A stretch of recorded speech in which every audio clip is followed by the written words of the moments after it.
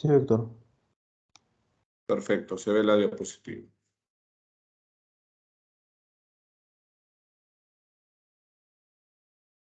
Ok.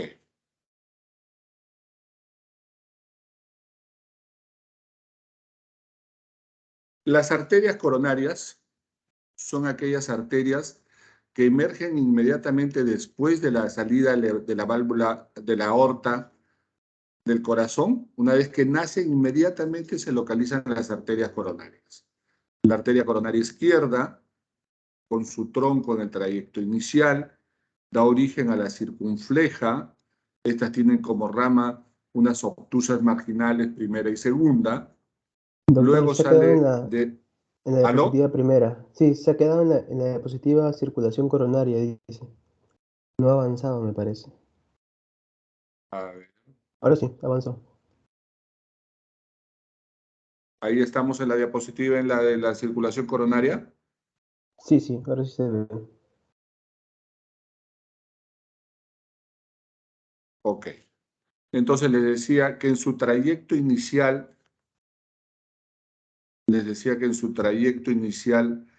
salen dos ramas, una rama derecha y una rama izquierda. La rama izquierda tiene la parte inicial que se llama el tronco de la coronaria izquierda, que se divide en la circunfleja con sus ramas obtusas marginales. Luego sale la descendente anterior con sus ramas septales y sus ramas diagonales.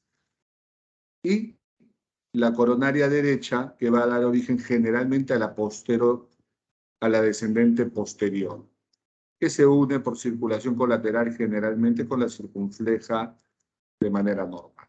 Este es el diagrama de la circulación coronaria para irrigar al corazón, para nutrir al corazón. Esta es una angiografía de la arteria coronaria derecha, como se observa, y esta es una angiografía de la coronaria izquierda. Abajo vemos una tomografía en la cual vemos hacia acá la coronaria derecha y hacia acá la coronaria izquierda con su rama descendente anterior y circunfleja en diferentes vistas. Bueno, la circulación coronariana va a irrigar, ¿no?, la coronaria izquierda, la porción anterior e izquierda del ventrículo, ¿no? Y también parte del ventrículo derecho. La arteria coronaria derecha va a irrigar la mayor parte del ventrículo derecho y la parte posterior del ventrículo izquierdo. El seno coronario va a drenar en el ventrículo izquierdo, las venas cardíacas anteriores drenarán en el ventrículo derecho. Y una pequeña sangre venosa coronariana se vaciará hacia las cámaras por las famosas venas de Tevesio. La circulación coronariana debe manejar el balance del oxígeno hacia el miocardio. Cuando este desbalance se produce la hipoxia y por lo tanto isquemia coronaria. Para mantener este balance hay dos sistemas. El sistema que regula la vasodilatación coronaria, y cuanto más dilate esto estaremos hablando de la reserva coronaria, que estará determinada por la resistencia de las arterias, por la presión de la perfusión diastólica y por la concentración de oxígeno. En el lado contrario, que van a ser factores que aumenten el consumo miocárdico de oxígeno, vamos a tener la estimulación del sistema adrenérgico, la hipertensión arterial, la insuficiencia aórtica como alguna de las causas. Estas van a aumentar el consumo de oxígeno, produciendo un incremento de la tensión de la pared del músculo, por aumento de la frecuencia cardíaca, por aumento de la contractilidad o por las tres causas. Esto puede suceder fisiológicamente, por ejemplo, en el ejercicio, y el corazón responderá vasodilatando para poder compensar esta demanda, igual vasodilatando a nivel muscular para compensar la demanda de oxígeno. El flujo coronario no es igual en todas las fases del ciclo cardíaco. Acá arriba tenemos la presión aórtica, ¿no? Cuando comienza a eyectarse el volumen aórtico, llega a una máxima expulsión, luego disminuye la presión, ¿no? Y comienza la relajación ventricular. Muy bien. Paralelamente a eso, la arteria coronaria derecha, ¿no? Su flujo coronario va en el punto que comienza la contracción ventricular, comienza a aumentar el flujo hacia ella. Aumenta en menor cantidad que en comparación al ventrículo izquierdo y en menor cantidad que en comparación a la arteria coronaria izquierda. Luego también se va a semicerrar y va a disminuir. Pero fíjense en este detalle. Durante la contracción ventricular es cuanto más sangre recibe la arteria coronaria derecha y por lo tanto es en la fase del ciclo que el ventrículo derecho, en su mayoría irrigado por la arteria coronaria derecha, recibe en su circulación la sangre para nutrirse. ¿Qué pasa cuando está terminando la relajación? Hay una caída extrema del flujo de la arteria coronaria izquierda. Y en ese punto, cuando comienza la contracción ventricular, comienza la eyección de la misma, que no llega a ser completa y disminuye, y una vez que comienza la relajación, se da un segundo flujo mayor en la arteria coronaria izquierda que el flujo durante la contracción ventricular. Al comenzar la diástole, estas presiones en la arteria coronaria se hacen mayores, estos flujos en la arteria coronaria son mayores. Entonces, la arteria coronaria izquierda se nutre fundamentalmente en diástole, más que en sístole. ¿Por qué? ¿Se me llega a ver a mí o no? Sí, doctor. O vamos a tratar de hacer un dibujito acá. Vamos a ver. Vamos a ver si puedo. Entonces, más o menos la arteria coronaria va a circular, ¿ya?, encima del músculo cardíaco.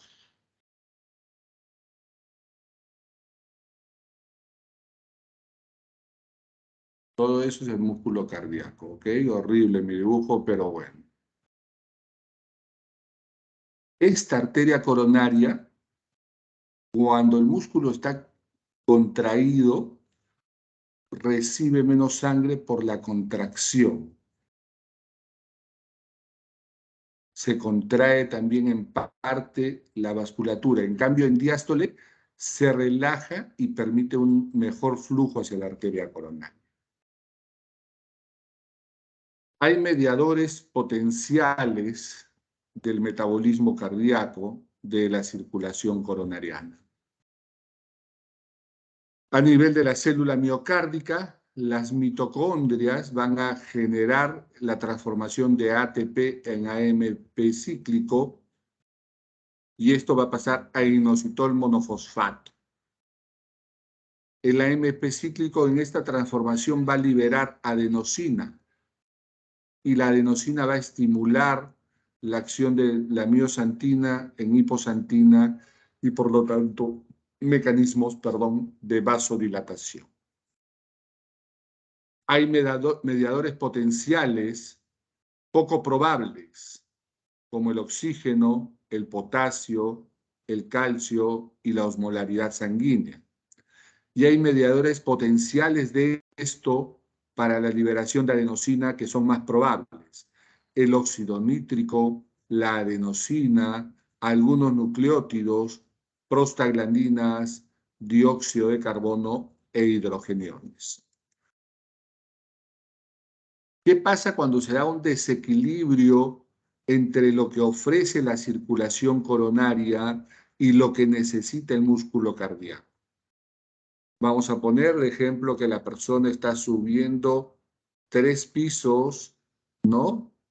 Y el corazón exige más frecuencia, más presión y por lo tanto mayor consumo de oxígeno. Entonces, se produce la isquemia, la hipoxia, que en los primeros segundos es una isquemia reversible y probablemente asintomática, en la cual se produce una glucólisis anaeróbica incrementada, hiperproducción de ácido láctico, aumento de hidrogeniones a nivel tisular, disminución del ATP y un aumento del calcio intracelular. Estos fenómenos iniciales durante la isquemia, de persistir más de 6 minutos, comienza a hacerse una isquemia más persistente y se va a generar una fractura, una contracción alrededor de los 20 minutos. Después de los 20 minutos ya se va a producir isquemia irreversible, ¿no? Cuando tiene más de media hora, ya estaríamos hablando de un probable infarto de miocardio, en que el ATP está disminuido, el calcio intracelular y mitocondrial están elevados de manera importante. Y cuando esto comienza a tener más de 30 minutos, más de una hora, comienza a morirse el músculo cardíaco. En los primeros segundos, acá, se produce una isquemia silente en los primeros minutos, asintomática. Luego de los 6 minutos que esperamos nosotros habitualmente, por ejemplo, para que una prueba de esfuerzo sea positiva para isquemia, por lo menos 6 minutos, se produce la angina de pecho, que es el dolor precordial producto de la isquemia miocárdica. Cuando estamos entre los 10 y 30 minutos, podemos estar hablando de una angina inestable. Y más de 30 minutos podríamos estar hablando ya de un infarto agudo de miocardio. Y entonces la isquemia va a dar, primero, alteraciones en el metabolismo.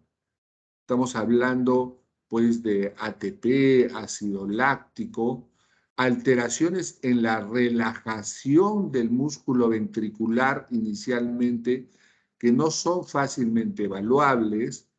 Luego se altera la contracción, la función sistólica del ventrículo izquierdo, y cuando un paciente llega a una emergencia con dolor precordial, probablemente le ponemos el ecocardiograma y lo primero que a veces podemos ver es la alteración de la contracción a nivel regional en el territorio que le falta irrigación coronariana. Luego se producen los cambios electrocardiográficos supra o infradesnivel del ST, o se producirán cambios en la polaridad de la onda T, como signos precoces de las alteraciones electrocardiográficas.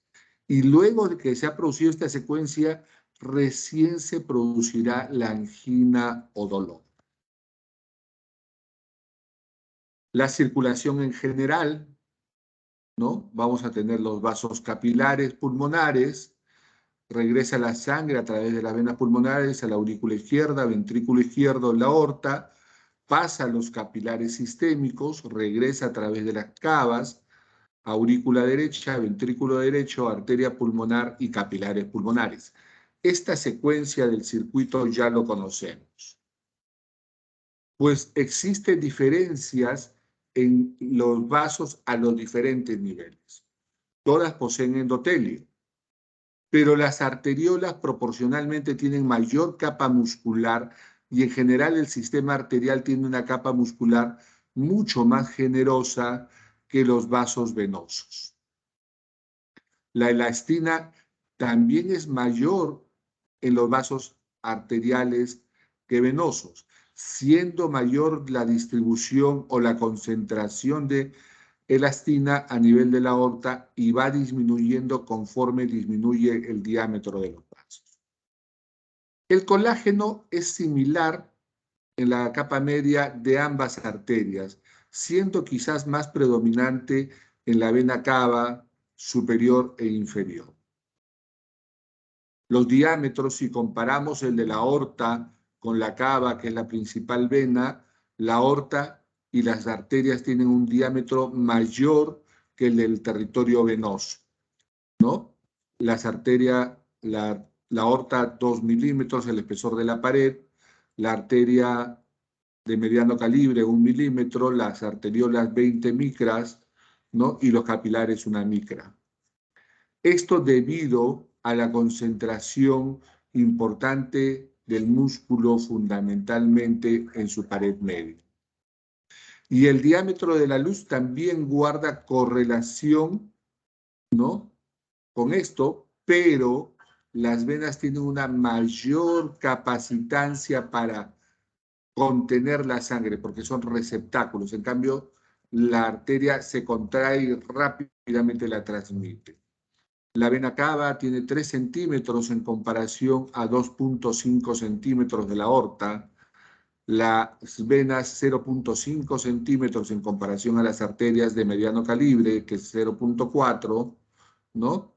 Entonces, las de mediano y gran calibre, son mayores en los vasos arteriales, en los vasos venosos que los arteriales, el diámetro de la luz de las arterias.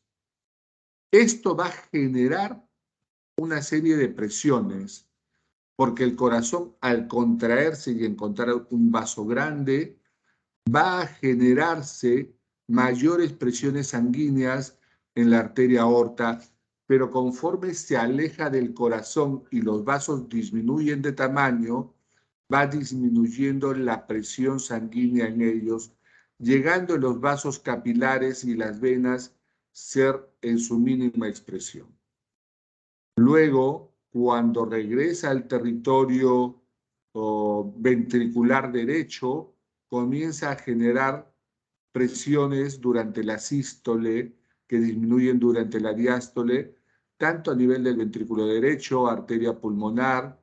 En las arteriolas hay un poquito mayores, no mejores, hay un poquito de mayores presiones diastólicas.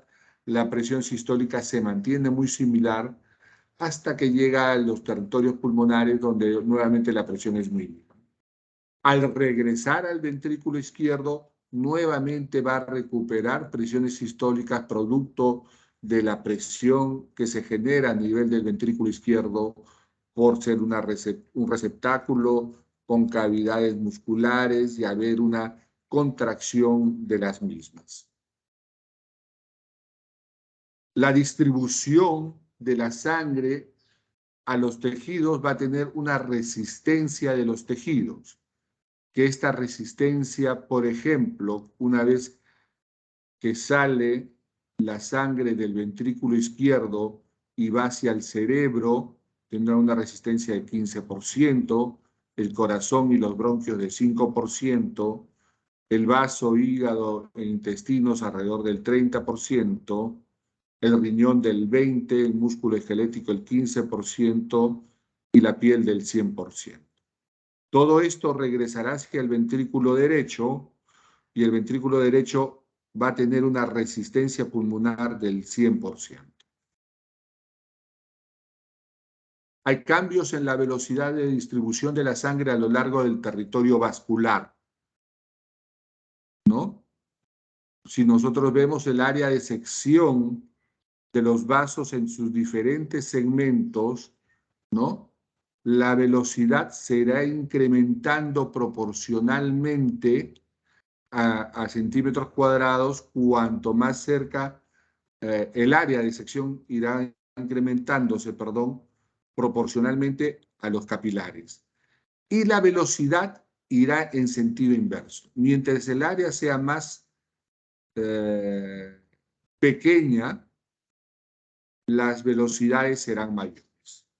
Y cuando las áreas del capilar, y hablamos del capilar en la sumatoria total, el área total de los capilares es mayor que la de la aorta, las velocidades serán menores. Y conforme se acerquen nuevamente estos vasos hacia el corazón, las venas van regresando, vénulas, venas de mediano calibre, de gran calibre, hasta que llegan al corazón. El área de la sección será disminuyendo proporcionalmente en el área total y la velocidad se irá incrementando. ¿Cómo se distribuye el volumen sanguíneo por las diferentes regiones de la economía corporal en situaciones de normalidad? El 54% de sangre estará en las venas, 12% en el corazón, 11% en las arterias y 5% en los capilares. El 18% estará en la circulación pulmonar, sufriendo el intercambio oxigenatorio respectivo. La circulación arterial tenemos el diámetro de los vasos,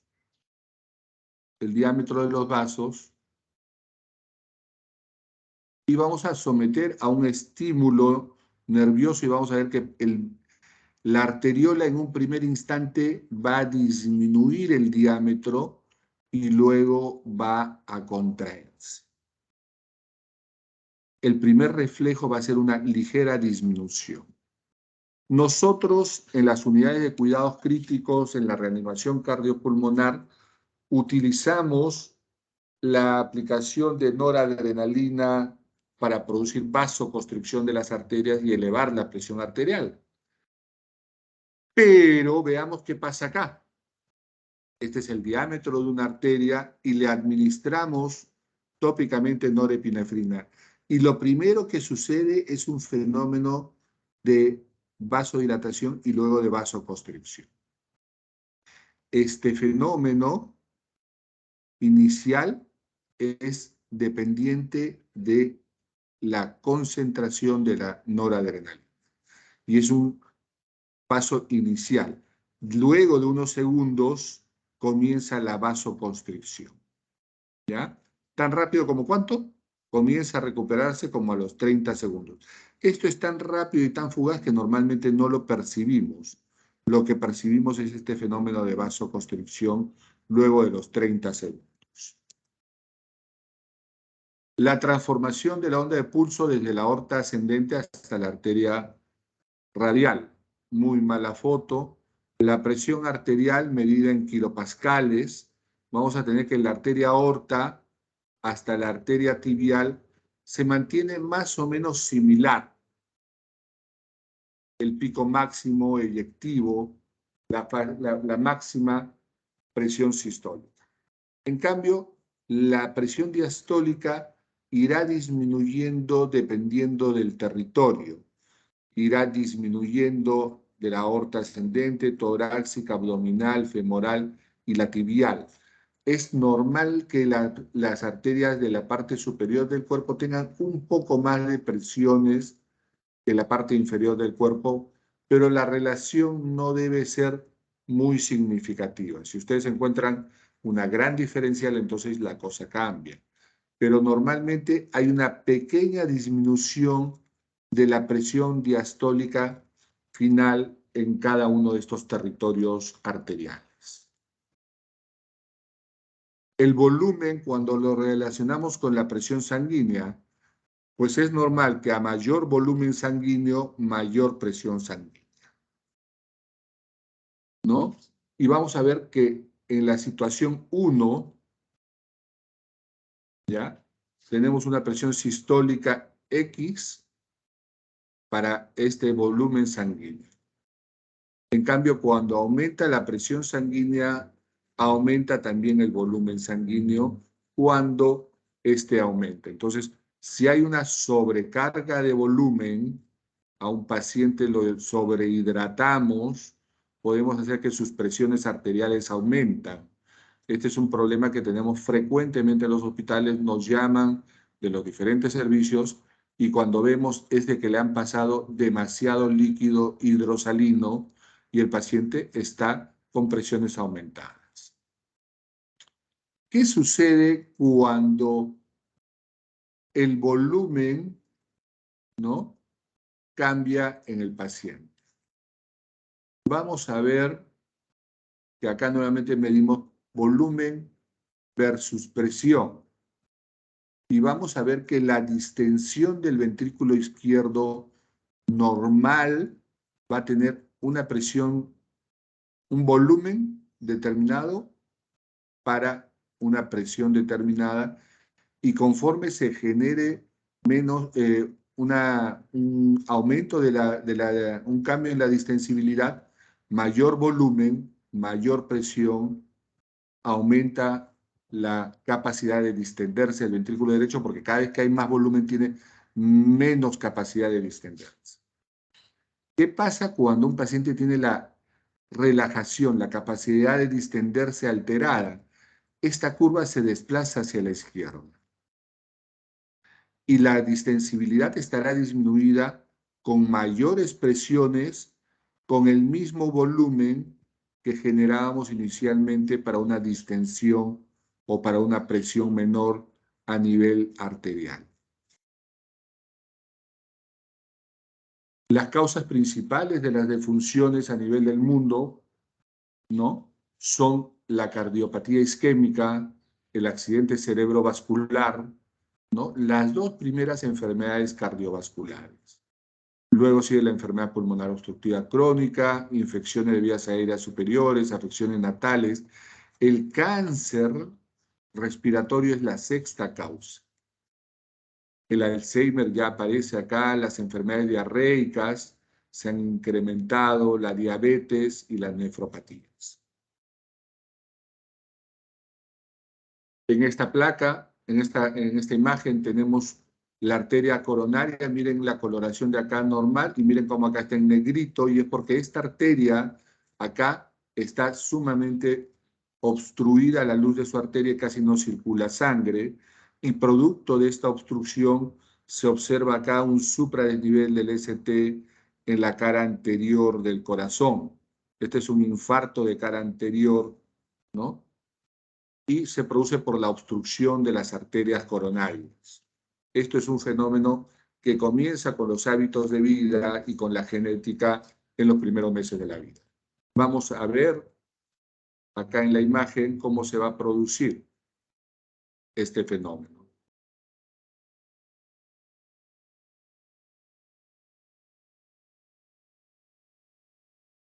Una vez producida, a ver, ahí está circulando la sangre a través de las arterias, comienza a producirse la placa de colesterol, las placas de ateromas, disminuye la luz arterial, se inflama la arteria y se agregan las plaquetas, se obstruye la luz por la agregación plaquetaria y se produce el infarto de miocardio. A través de una punción en la arteria femoral o radial, ahora se está haciendo, introducimos catéteres al corazón. Estos catéteres que introducimos al corazón, llegamos hasta él. Una vez que llegamos hasta él, vamos a introducir una sustancia de contraste para poder ver las arterias y poder dibujarlas. Cuando ya hemos ingresado a nivel de la placa, vamos posicionando un catéter que en la punta tiene un globito que lo expandimos, lo inflamos y vamos compactando las arterias. Lo inflamos varias veces, generalmente es de alrededor de 3 veces, hasta que exista una expansión completa de la arteria. Pero esto tiene tendencia a reaccionar y a cerrarse, a vasocontraerse. Y colocamos un resortito, que es una especie de resorte que tiene por objeto formar como un alma para que no se vuelva a cerrar la arteria. Estos stents que colocamos ahora son medicados para evitar la restenosis. A través del mismo procedimiento, en la punta del catéter, en esta oportunidad va un globito con un stent. Expandimos el globito y lo impactamos hasta que se alcance el diámetro que deseamos. Una vez impactado, desinflamos el globito, sacamos el catéter y dejamos esto totalmente abierto para que circule la sangre normal.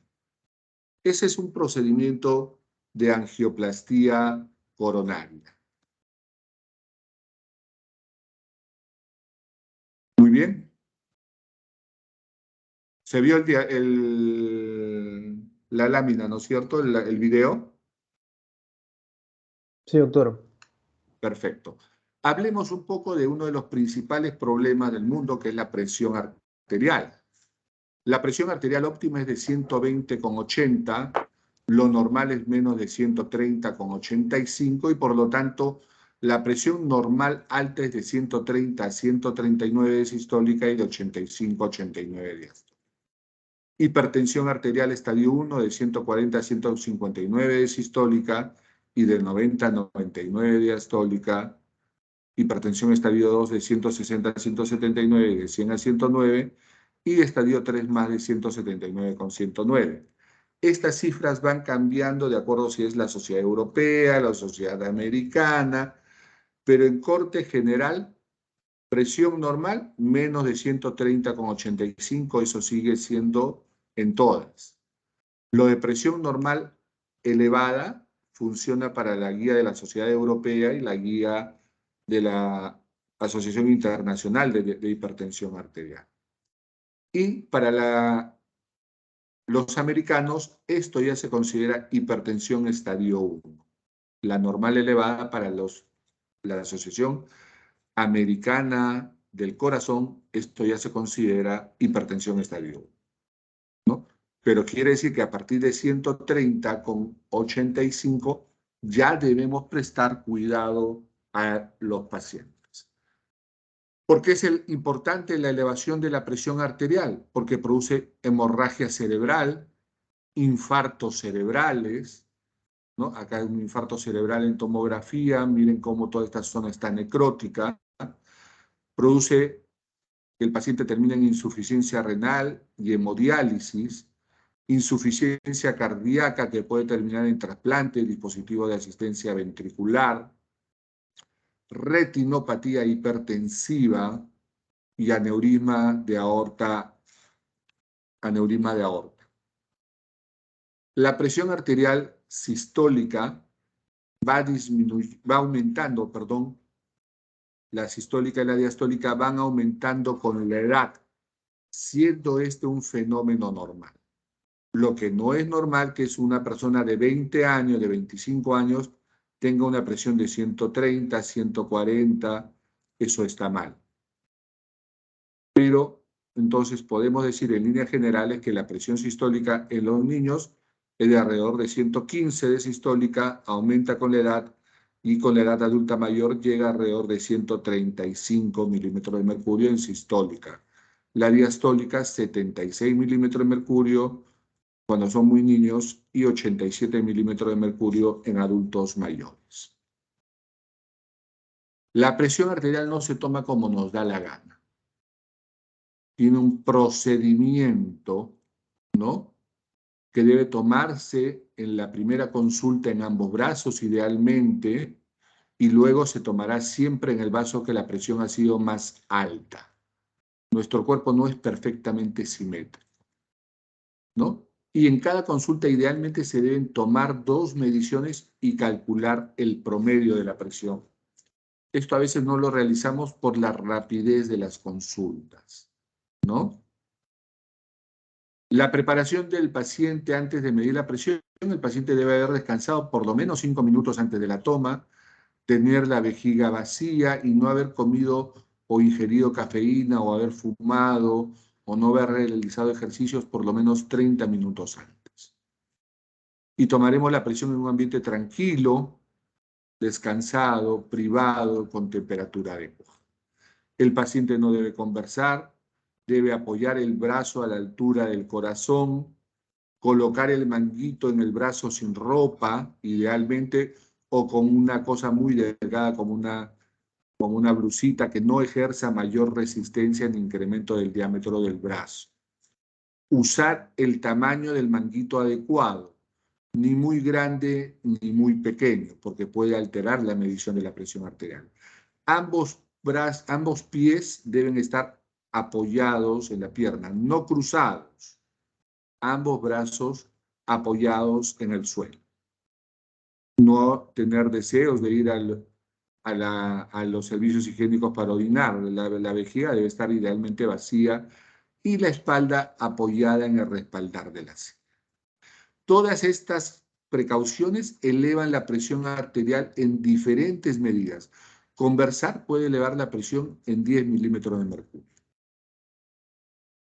El no apoyar el brazo puede aumentar 10 milímetros de mercurio. El colocar el bracito inadecuado puede aumentar hasta 50 milímetros de mercurio. Usar con ropa, perdón, dependiendo de la ropa. Usar el tamaño inadecuado puede aumentar hasta 10 milímetros de mercurio. No apoyar los pies, 6 milímetros. Tenerlos cruzados, 8 milímetros. Vejiga llena, 10 milímetros de mercurio. Apoyar la espalda, 6 milímetros de mercurio. Nos puede dar una falsa medición. Y hay que trabajar con el promedio de las medidas, tanto en el consultorio como enseñarle al paciente a tomar el promedio para el domicilio. La presión arterial es determinada por el gasto cardíaco o débito cardíaco por la resistencia periférica. Estos tienen una serie de condicionantes. La precarga y la contractilidad condicionan el débito cardíaco, la vasoconstricción o vasodilatación, junto con la hipertrofia de la pared vascular, determinan la resistencia periférica. Muy bien, la precarga depende fundamentalmente del volumen, que estará en virtud del sodio ingerido o de la retención de sodio a nivel renal. En cambio, el estrés produce hipertonía simpática, que produce vasoconstricción, aumento de la contractilidad y aumento del gasto cardíaco. Pero la hiperactividad simpática también produce vasoconstricción a nivel arteriolar. El exceso de la activación del sistema renina-angiotensina, alteraciones de la membrana celular y los factores derivados del endotelio pueden alterar el tono vascular. Y el estado de hiperinsulinemia alterará el estado de hipertrofia estructural de las arterias, aumentando la resistencia vascular. Todos estos son factores de riesgo: consumo incrementado de sodio, alteraciones renales, el estrés, alteraciones genéticas, la obesidad. La presión arterial sistólica y diastólica tienen una relación entre ellas. La primera relación es la llamada presión media, que es con la que trabajamos en las unidades de cuidados críticos y en las unidades de emergencias en pacientes agudos, que es la presión sistólica más el producto de la presión diastólica multiplicada por 2, todo esto dividido entre 3, y tiene como valor normal de 70 a 105 milímetros de mercurio. En cambio, la presión de pulso es la relación entre la presión sistólica y la presión diastólica. Es la diferencia que existe entre estas presiones. Esta diferencia tiene como valor normal de 30 a 40 milímetros de mercurio. Quiere decir que si tenemos 110 de sistólica, lo ideal para cubrir esto es de que tengamos 70 de diastólica. Cuando tenemos una presión de pulso incrementada, es dos cosas: o hay un problema de hipertensión sistólica, o hay un problema que se está produciendo lo que le conocemos como un signo de escape diastólico, que es característica de la insuficiencia aórtica, por ejemplo, o de las fístulas arteriovenosas. El valor predictivo, cuanto esto se incrementa, ¿no?, por cada 10 milímetros de mercurio, el riesgo de sufrir enfermedades cardiovasculares, ¿no?, aumenta en 20%. Y esto es importante para todo paciente hipertenso. Los principales sistemas que controlan la presión sistólica son el sistema nervioso autónomo, fundamentalmente el simpático. La hipertonía simpática es la que va a causar incremento de presiones arteriales sistólicas.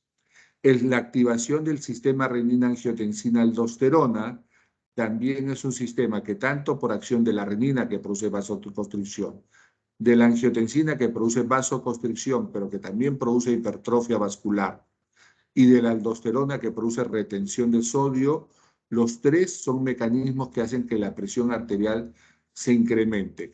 Normalmente estos deberían reaccionar como respuesta ante la presión arterial disminuida para compensar. Pero cuando la presión es normal y se activan estos sistemas, estarán generando hipertensión arterial. El sistema de calicreínas, fundamentalmente la bradiquinina, el sistema del péptido natriurético atrial, ¿no? Que es un sistema fundamentalmente de vasodilatación. Bueno, el sistema de renina-angiotensina, la renina producida a nivel renal va a transformar el angiotensinógeno, generalmente producto de metabolismo hepático, lo transformará en angiotensina 1. A nivel fundamentalmente pulmonar existe la enzima convertidora de angiotensina que transforma la angiotensina 1 en angiotensina 2 y esta actúa produciendo vasoconstricción sobre las arterias. Pero la angiotensina 2, además de actuar sobre las arterias, actúa sobre la suprarrenal produciendo la secreción de aldosterona. La aldosterona actúa reabsorbiendo sodio y agua a nivel del túbulo y contorneado distal, lo que producirá un estado de hipervolemia y aumentará la presión arterial. Pero no solamente la volemia, acá está el sodio, y el sodio produce hipertrofia vascular y vasoconstricción también, como mecanismos de hipertensión arterial.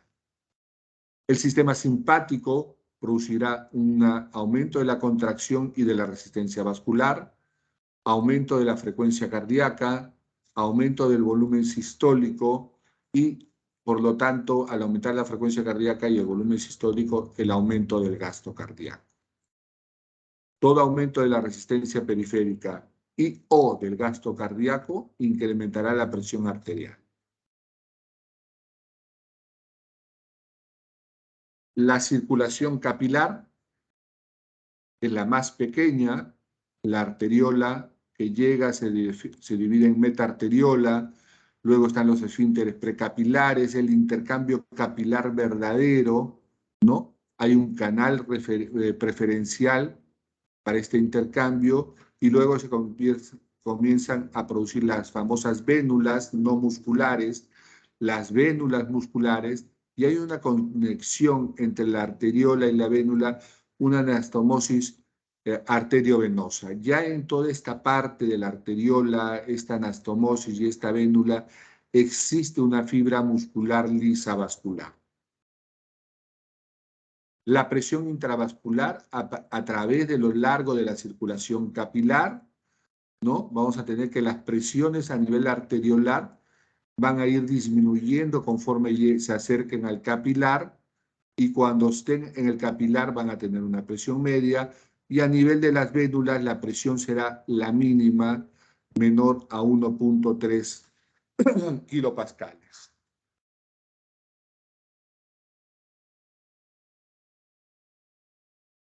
Y esta diferencia de presiones entre el polo arterial y el polo venoso, cuando se maneja en manera normal, pues no habrá mayor problema. En cambio, cuando se produce un desbalance y aumentan las presiones en el lado venoso por un estado de una hipertonía venosa, por ejemplo, en la insuficiencia venosa, en las famosas varices, se producirá edema vascular de origen originado en la insuficiencia venosa. La insuficiencia cardíaca, en cambio, aumenta la presión, la volemia a nivel vascular arterial. Y esta va a ser de que la vena sea incapaz de manejar estos volúmenes y al aumentar la presión también se producirá edema. Entonces, es importante el intercambio que se produce normalmente. Pasa un poquito del líquido del polo arterial hacia el tejido tisular, ¿no? En un pequeño volumen, pero este equilibrio entre las presiones de ambos sistemas hace que esta cantidad de líquido generada por estas presiones que ha drenado hacia el espacio capilar sea reabsorbido por las menores presiones a nivel venoso. Entonces es un balance esta presión en ambos polos capilares. Y, por lo tanto, lo que les decía, ¿no? Que las presiones a nivel arteriolar y a nivel venoso, cuando estén incrementadas, se producirá el edema, ¿no? En el caso 1 es porque la presión aumenta a nivel arterial, como en la insuficiencia cardíaca, y se producirá un aumento de las presiones en ambos sistemas y por lo tanto edema, por el aumento de estas presiones. En cambio, en el polo, cuando se da en el tema vascular, las presiones a nivel arteriolar son bajas, pero a nivel vascular son altas y se produce el edema originado en las venas, la insuficiencia venosa, por aumento de las presiones solamente en el lado venoso, a diferencia de la insuficiencia cardíaca, que es arterial y venosa el aumento de las presiones. El sistema venoso también tiene sus características, ¿no? Los vasos de pequeño calibre, hasta los vasos de más grande calibre, que corresponde a la cava, van a manejar mayores presiones venosas en proporción al volumen. Los vasos más pequeños reciben menos volumen y tienen menos presiones. Conforme van creciendo el tamaño de los vasos venosos, irá aumentando la presión arterial hasta la presión venosa, perdón, hasta que en los vasos de gran calibre, como en las cavas, la presión será alrededor de 10 centímetros de agua. Fíjense que en la presión venosa hablamos de centímetros de agua. Y existirá un desplazamiento discreto de la curva hacia la derecha, ¿no? Cuando existen fenómenos de vasoconstricción por algún fármaco o por algún estado patológico. ¿Cómo se relaciona el electrocardiograma con las ondas del pulso venoso? El pulso venoso tiene una onda A, una onda C, una onda X, una onda B y una onda Y, producto de la sangre que recibe del lado vascular, pierde sus presiones y se genera una contracción a nivel venoso para el retorno de la sangre hacia el corazón. Esta primera fase, producto de esas presiones, producto de la transición del polo arterial al polo venoso, se correlaciona generalmente con el QRS. Y esto que corresponde a la acción propia del lado venoso corresponde a la finalización de la onda T. No lo usamos generalmente, pero la mencionamos para cultura general. Las presiones arteriales, cuando nosotros vemos y comparamos, ya esto sería lo perfecto. Lo que sube va a ir perdiendo presión conforme se acerque a la parte más distal y conforme se aleje del corazón. En cambio, a la altura de él, digamos que la presión será de 12 a 13 kilopascales. En la cabeza, la presión arterial va a ser en la porción cefálica de 8 a 9.3 kilopascales y en las piernas será de alrededor de 24 kilopascales. ¿Por qué? Porque la sangre es cierto que se aleja, pero la presión a medida que cae, se acerca más por gravedad, la presión será mayor o discretamente mayor en las piernas que en la región de la cabeza, en la porción craneal.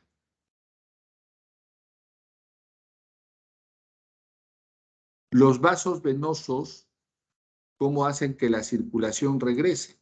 Uno, existe la función aspirante de la bomba cardíaca. Número dos, al ir cambiando el diámetro de las venas, será un segundo factor para que regrese. Habrá un tercer factor que son el músculo, que al contraerse, al movilizarnos, por ejemplo, las piernas, ejerce presión y propulsa la sangre a que avance hacia el corazón.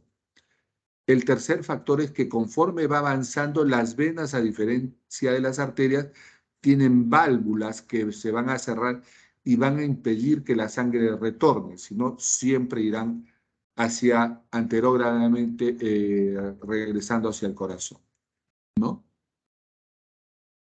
Esto es lo que les decía, las tres condicionantes del retorno venoso son la función de la bomba cardíaca, la aspiración, los movimientos de la caja respiratoria, no los había mencionado, y la contracción muscular.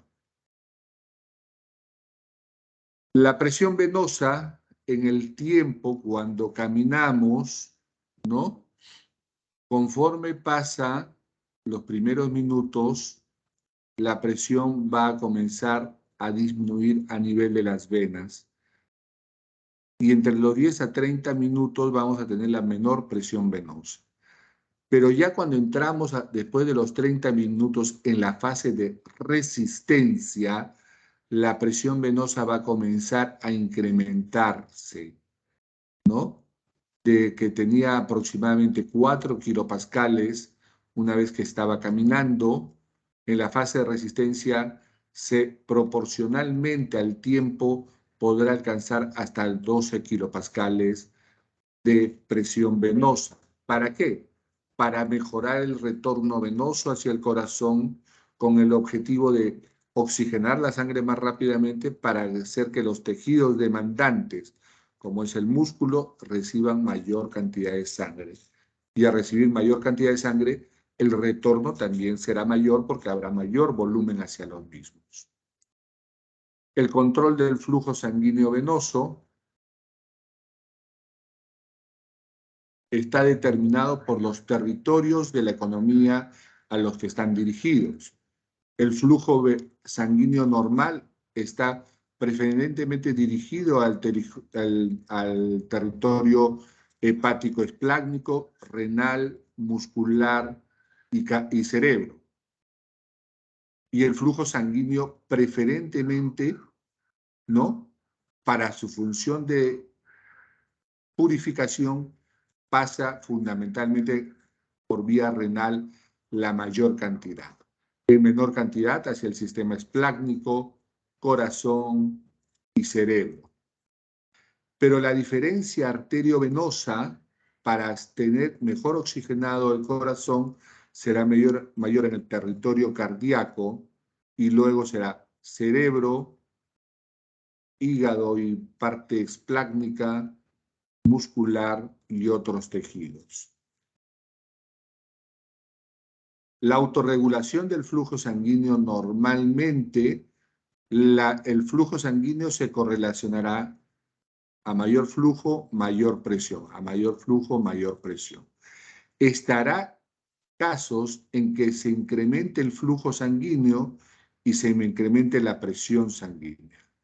Pero esto tiene un tope en el cual la curva habrán mayores presiones, pero no necesariamente mayores flujos, como el caso de la hipertensión.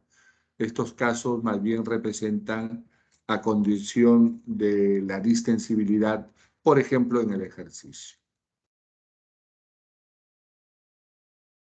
Dentro de la regulación participa el aparato yuxtaglomerular a nivel del riñón, que lo forma pues la mácula densa, el tejido, el túbulo y contorneo distal y el glomérulo con la arteriola aferente y eferente, y que son estimulados por el potasio y el péptido natriurético, la actividad simpática, la disminución del volumen sanguíneo y la disminución del filtrado glomerular.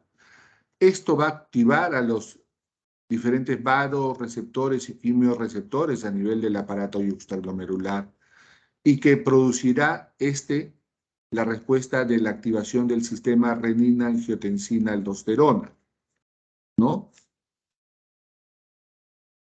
El óxido nítrico, a diferencia de que el aparato yuxtaglomerular se relaciona propiamente con el riñón para la regulación de la presión arterial, el óxido nítrico es el llamado factor de relajación derivado del endotelio. Quiere decir que se produce a nivel endotelial.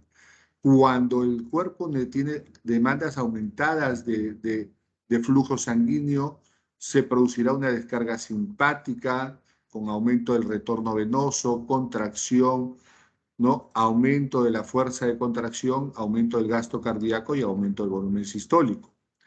Pero por el otro lado, el gasto cardíaco producirá un incremento de la ventilación, de la diferencia arteriovenosa y del aporte de oxígeno se verá incrementado. Esta adaptabilidad va a generar la producción de óxido nítrico. ¿Para qué? Para permitir que el corazón, los vasos sanguíneos, perdón, respondan a las necesidades incrementadas produciéndose vasodilatación.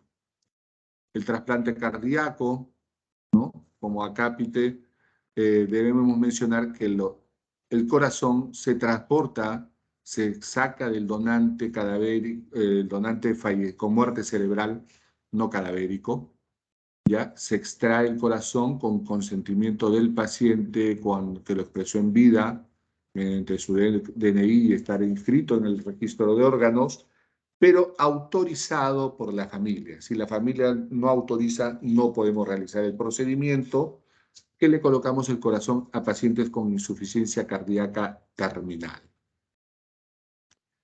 ¿no? Este procedimiento lo realizó, pues, el doctor, se me fue el nombre, australiano, realizó el primer trasplante cardíaco en los Estados Unidos, ¿ya? Y en el Perú en el año 72 lo intentó el doctor Marino Molina. Lamentablemente el primer trasplante cardíaco en el Perú falleció en los años 70 y no fue exitoso por otras causas. Ya en los años 90, en el 91, el doctor ya fallecido se hizo el primer trasplante de éxito en el Perú y hasta el momento ya van más de 100 trasplantes en la época moderna, ¿no? Winston Churchill dijo, el pesimista ve la dificultad en cada oportunidad, el optimista ve la oportunidad en cada dificultad. Muy bien, eso es todo, muchachos. Hasta acá nomás todo lo que teníamos que compartir. Muchas gracias. Si hubiera preguntas. Sí, doctor, buenos días. Muy interesante su clase, doctor. Me gustaría hacerle alguna pregunta. Saluda Ya a me, ya me imaginaba, Emanuel, tú tenías que participar.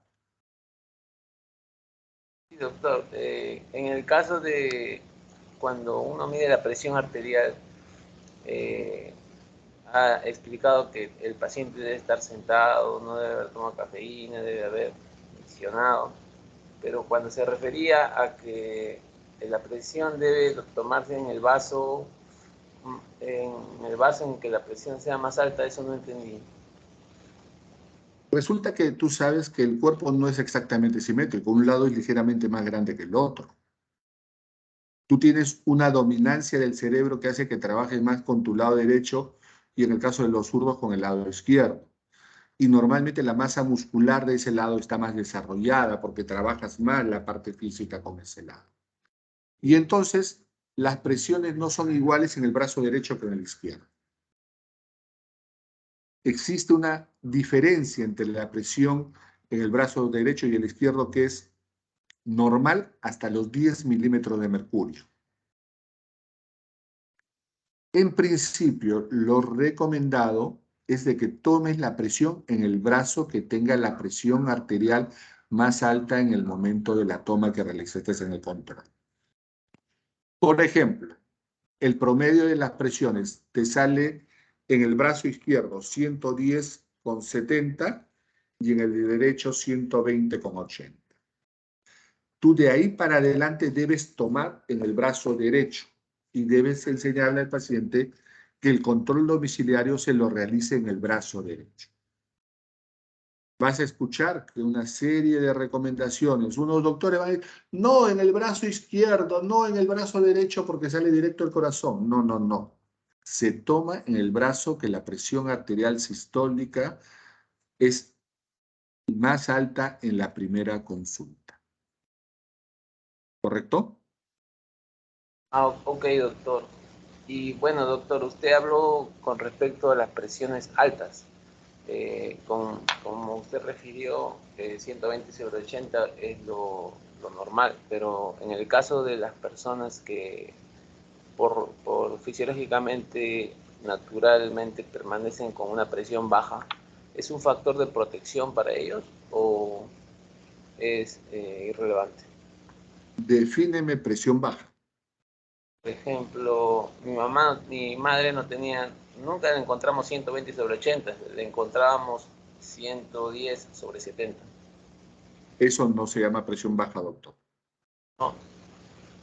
La presión arterial normal sistólica es de 90 a 130 milímetros de mercurio.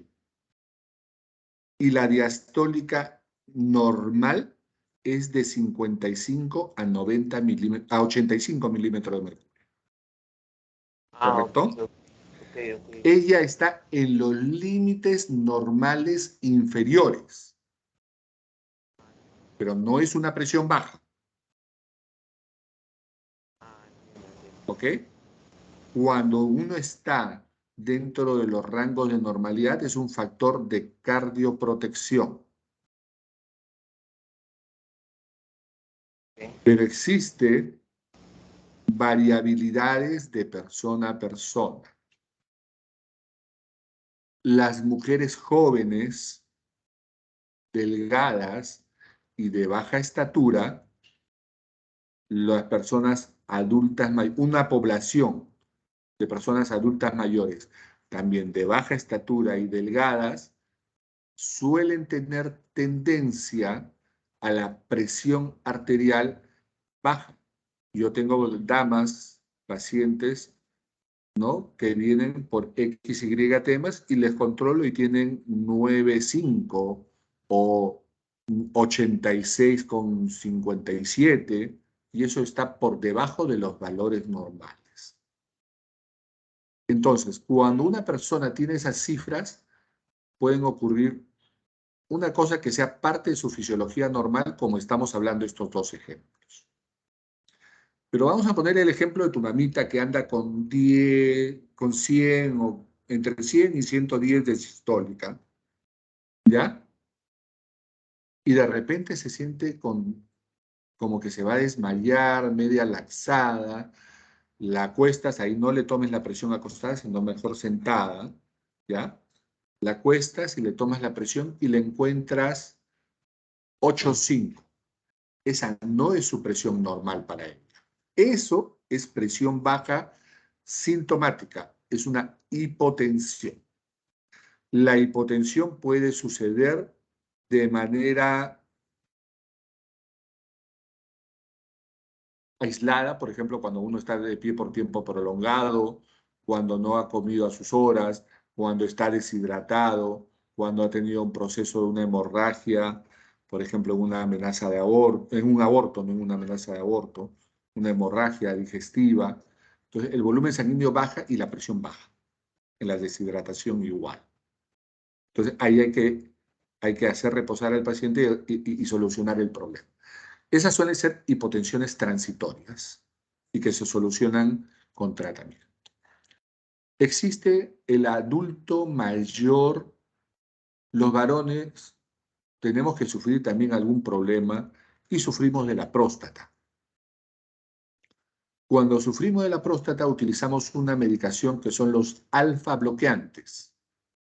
Y los alfa bloqueantes tienen tendencia a producir hipotensión secundaria, más aún si el paciente es hipertenso y usa antihipertensivos, se asocian los medicamentos y producen una hipotensión farmacológica, que generalmente el paciente viene a la emergencia porque ha tenido un síncope o un presíncope, o sea, un trastorno transitorio de la conciencia que dura escasos segundos. Y esto generalmente sucede al cambio de posición. Entonces, cuando llega la emergencia, el paciente de repente no está tan hipotenso, conversamos con él, lo sospechamos y lo tenemos acostado unos minutos y lo tomamos la presión acostado. ¿Ya? Luego lo vamos a hacer que se pare. Para esto, en el momento que se va a parar, inflamos primero el tensiómetro y lo hacemos pararse rápidamente. y desinflamos el tensiómetro. Resulta que el cuerpo, para mantener el flujo sanguíneo hacia el cerebro, o mantiene la presión igual, o la sube 10 milímetros, o incluso puede bajar 10 milímetros, pero debe estar en ese intervalo. ¿Ya? Pero si la presión baja más de 10 milímetros, se produce un déficit de volumen y de presión sanguínea hacia el cerebro. Y por lo tanto se produce lo que se denomina como hipotensión ortostática, que con frecuencia es de origen farmacológico. La hipotensión, entonces ahí el tratamiento es regular los fármacos, los horarios, para que no se produzca la misma. ¿Ok? Entonces, la hipotensión es cuando la presión es menos de 90,55. Puede ser fisiológica en algunas condiciones como las damas de bajita estatura y delgadas. ¿Ya? Puede ser producida por alguna enfermedad, deshidratación, por ejemplo. Puede ser producto de algunos fármacos, como el caso de los medicamentos del tratamiento prostático. Pero cuando la presión es persistentemente baja, como algún adulto mayor me ha llamado, doctor, me está bajando la presión porque él es mi paciente por hipertensión, no es lo habitual, una vez, 2 veces, 3 veces, 4 veces en el día, al día siguiente, sospechamos de un problema infeccioso, porque la infección puede causar hipotensión, y en el estado extremo, la hipotensión, cuando tiene signos de hipoperfusión sistémica, se llama shock, que es un estado de gravedad. Listo, Emanuel. Respondido todo lo que es hipotensión y que no lo había tocado en la clase. Perfecto. ¿Qué más? Doctor, disculpe que le pueda hacer una ampliación.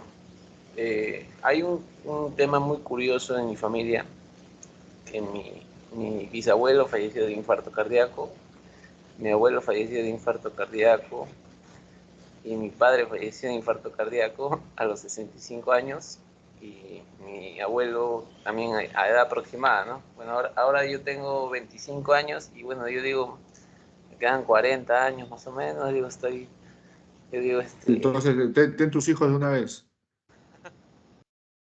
y bueno, a veces incluso imagino, digo, ¿cuánto costará un corazón? Digo, chamadre, tengo... Te vas a la esquina y compras un corazón de chancho. No, no es así. Y bueno, Primero, el trasplante cardíaco solamente es para los pacientes con insuficiencia cardíaca.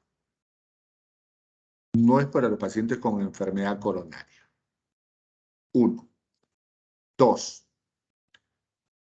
Es cierto que en tu familia existe una predisposición para desarrollar enfermedad coronaria, totalmente de acuerdo, al parecer.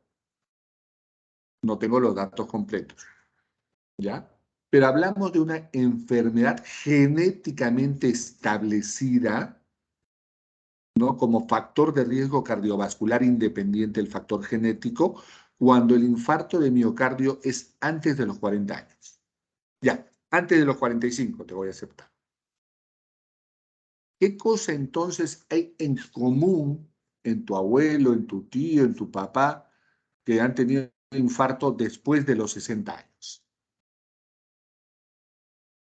Y lo más probable es, 1, factores conductuales sociales, lo que comemos, lo que bebemos, porque la familia hereda, ¿no?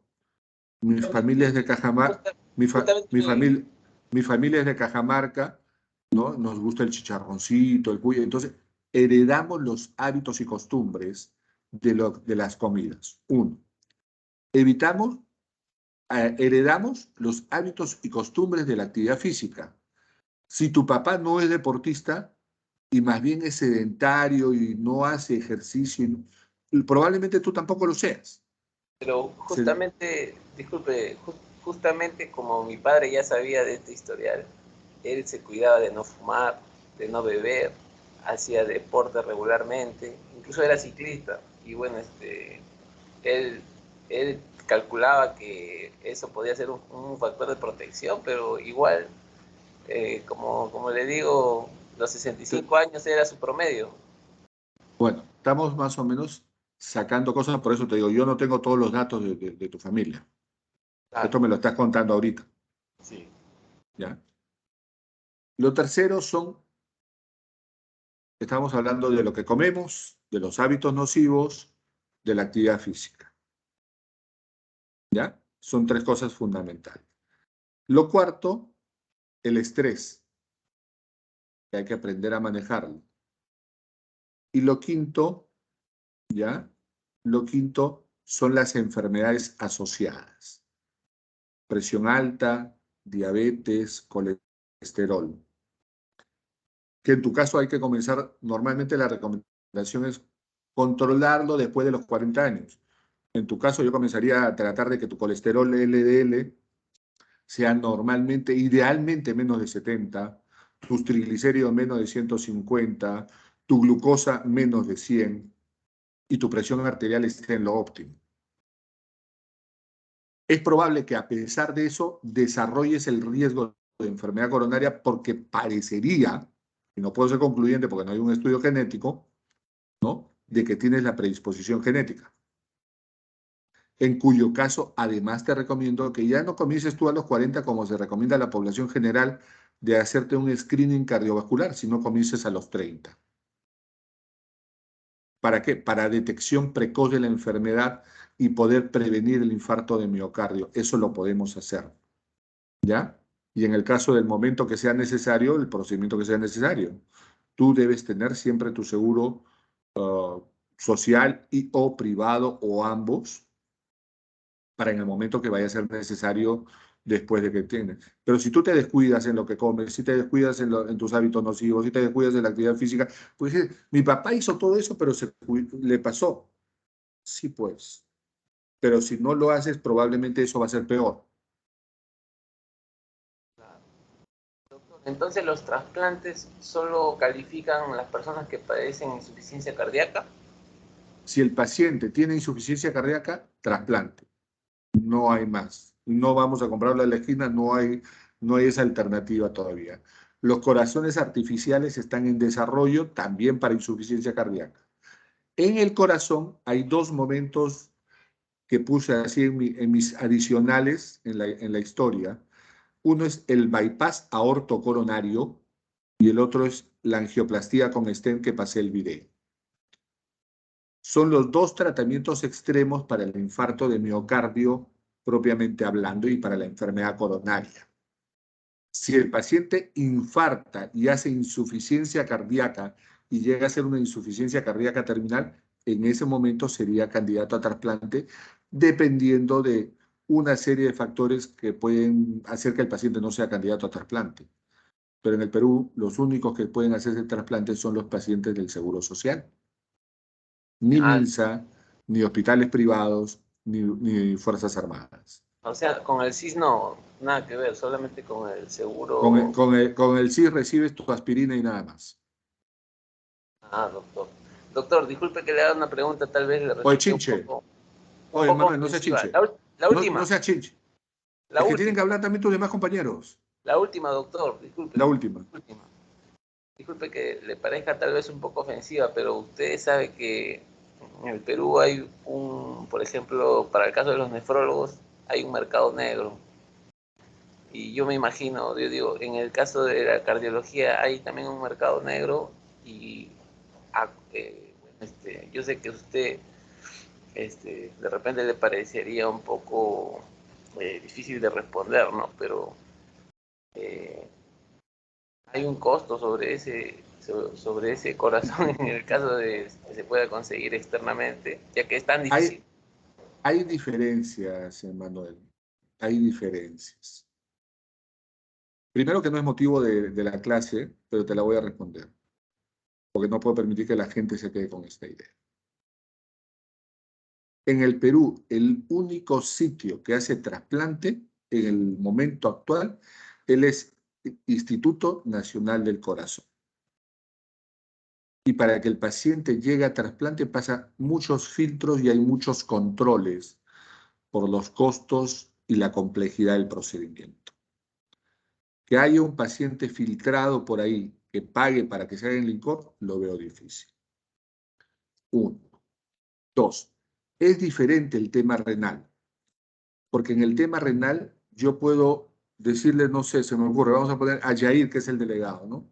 Yair yo lo veo que está falto de plata, ¿no? Que está con la soga al cuello, y le digo, Yair, tienes 2 riñones, véndeme uno.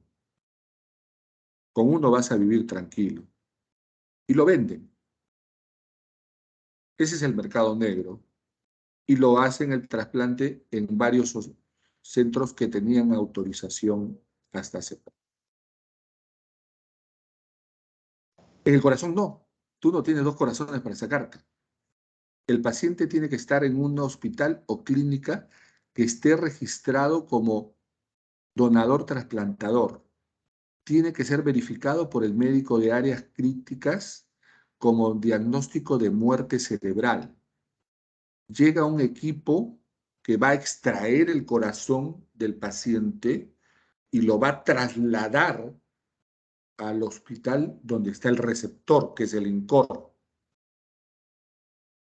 ¿Ya? Entonces, esto lo hace de que sea más difícil el tema. Entonces, necesitamos un paciente con muerte cerebral. Y esto es por hechos de tránsito o violencia. ¿Ya? Estamos hablando de que entonces la mafia ya no solamente tendría que traficar el órgano, sino tendría que hacer asesinato. Pero todo es factible en el Perú. Entonces, cuando la historia de trasplantes, y te digo porque yo estoy en el tema de trasplantes, hacemos insuficiencia cardíaca acá en el hospital, nuestros pacientes van al INCOR, si es que son candidatos de trasplante. Entonces, nosotros acreditamos como hospital donador trasplantador. Por nuestras características hemos llegado hasta donador, no hemos hecho trasplante. Pero las metas hace 5 años eran bajas para poder pasar y aprobar. Ahora, para renovar las metas que han puesto para evitar que exista estos problemas de trasplante que ha habido en el pasado, ¿no? Se han puesto metas muy altas que casi ninguna institución particular, ni privada, ni del Estado llegamos a cumplirlas. ¿Para qué? Para evitar esos centros hospitalarios privados, esas clínicas que estaban haciendo trasplantes con tráfico de órganos. Entonces, en el mundo moderno, salvo que te lo hagan en una clínica de manera silenciosa, si hablamos de trasplante cardíaco, tendrían que matar a alguien para hacerlo.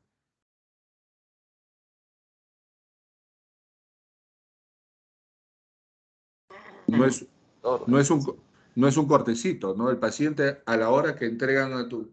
Lo vistes a tu familia y le vas a encontrar un tajo de acá a acá. ¿Qué pasó ahí? ¿No? O sea, no es fácil esconderlo. Entonces tendrías que matar a una persona. Lo veo poco probable. No te dejes llevar por las teorías conspiracionistas. Y ahora sí, lo callamos a Emmanuel y si alguien más tiene una pregunta... Muchas gracias, doctor. Muchas gracias, muy agradecido. Yair, no te burles de tu compañero, ya cayó chinche. Sí, sí, sí. No, doctor, no, está bien. Doctor, una consulta tengo. En la angioplastía coronaria, ¿no? Que se vio todo el video, lo que me llamó la atención es esa rejita que metían para mantenerla abierta la arteria. Entonces, mi pregunta era si el paciente cambia su estilo de vida, ¿no? De repente disminuye su LDL y aumenta su HDL. Entonces, ¿esa rejita se podría retirar o ya se queda de por vida? Antiguamente las rejitas se quedaban y el endotelio lo cubre y lo reviste internamente. La naturaleza como que lo, digamos como que lo tarrajea por dentro con endotelio. y se quedaban de por vida. Hoy día, en el año 2022, esas rejitas son de un material bioabsorbible, se reabsorben, ¿no? Y si nosotros realizamos el control posterior, esas rejitas ya no van a existir, se reabsorben.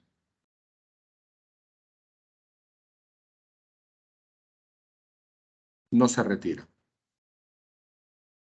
Y si se reabsorbe, la arteria se vuelve a cerrar si es que el paciente no cuida su estilo de vida.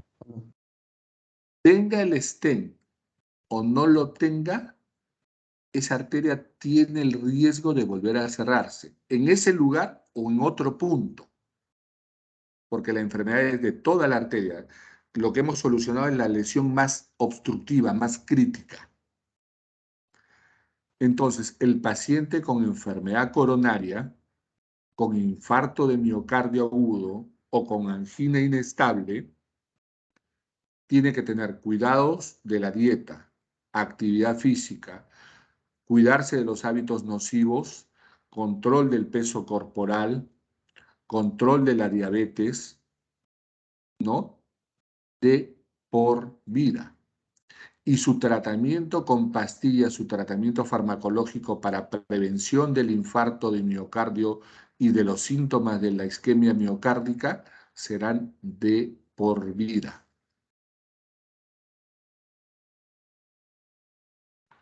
Ya, doctor, sí, entiendo.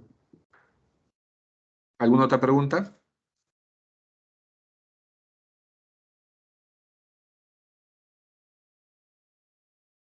Manuel no los deja preguntar. ¿Cuánto tiempo entonces tiene esa rejilla antes de biodegradarse? Normalmente el tiempo está alrededor de los 6 meses. ¿Ya les interesaba más el video que el resto de la clase? Ya. Es bonito, pues.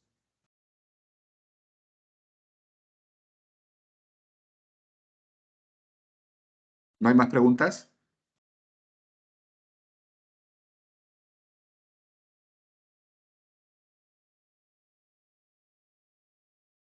Muy bien, jóvenes. 9:28. Los dejo para que tomen un cafecito. Con mi grupo puede ser 10:20, por favor. Sí, doctor. Listo. Quedamos así. Hasta luego. Gracias, doctor. Hasta luego. Gracias, doctor. Hasta luego. Gracias.